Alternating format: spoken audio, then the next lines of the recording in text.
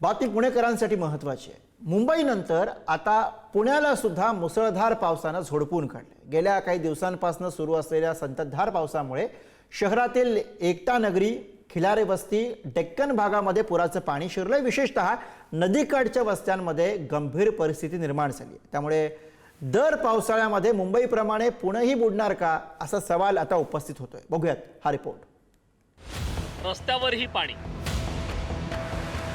सोसायट्यांमध्ये पाणी, घरादारात पाणी आणि पुणेकरांच्या काळजाचंही पाणी पाणी।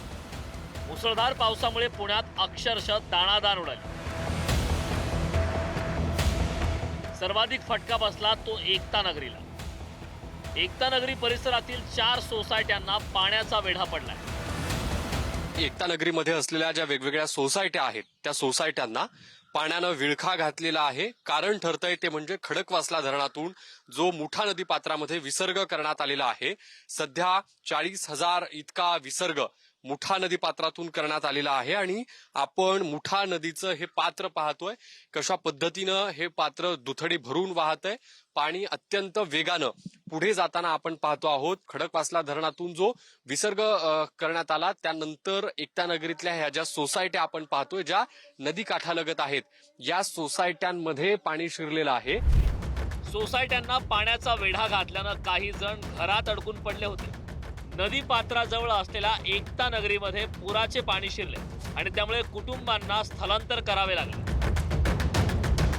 कमरे एवढ्या पाण्यातून जीव मुठीत धरून नागरिक सुखरूपपणे बाहेर पडले। या नागरिकांना घरातून सुखरूप बाहेर काढण्यासाठी लष्कराची टीम भर पावसात पाय रोवून उभी होती। आमचं मत होतं की इथं संरक्षण भिंत द्या। आता यांनी फक्त खड्डा करून इथं भर घातली तर बऱ्यापैकी पाणी कंट्रोल झालं, तर एक भिंत आली तर आम्हाला हा नेहमीचा प्रॉब्लेम सॉर्ट आउट होईल। अतिवृष्टीच्या वेळेस खडकवासला हे 75% वर आणा। एक दिवस आधी अजून थोडंसं पाणी व्यवस्थित सोडलं असतं तर अजून एवढं पण पाणी आलं नसतं। एवढंच 20 वर्ष हा विषय प्रलंबित आहे। म्हणजे आम्ही राहतो, गेली 20 वर्ष 22 वर्ष आम्ही या एरियात राहतो। ही सगळे अधिकृत सोसायटी आहेत। कॉर्पोरेशन याला परमिशन दिलेली आहे। आम्ही हा वारंवार प्रश्न कॉर्पोरेशनच्या महानगरपालिका आयुक्तांना विचारला, सगळ्यांना विचारला त्याच्यातला। त्यावेळेस सगळं होकारार्थी उत्तर दिलं जातं पण नंतर कुठली त्याच्यावरती ऍक्शन घेतली जात नाही।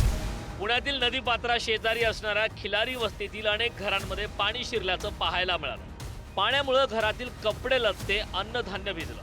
त्यामुळे 50 कुटुंबांचे स्थलांतर महापालिकेकडून जवळच्या अनुसया खिलारे शाळेमध्ये करण्यात आलं। 9 वाजता 35,000 क्युसेस पाणी सोडलं। त्यावेळेस 100 लोकांना शाळेमध्ये अनुसया खिलारे शाळेमध्ये शिफ्टिंग करण्यात आलं।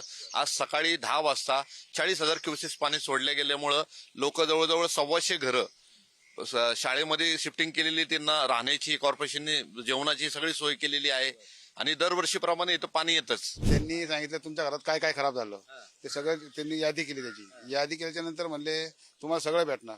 नंतर मग म्हणले 5,000 रुपये भेटणार, 10,000 रुपये भेटणार। एवढंच म्हणजे आता टीव्ही गेले, फ्रीज गेले, लोकांचे सगळं जेवणाचं सगळं गेलं।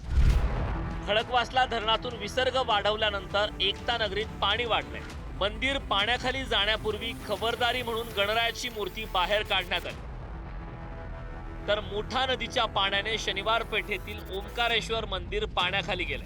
त्यामुळे हे मंदिर भाविकांसाठी बंद करण्यात आले।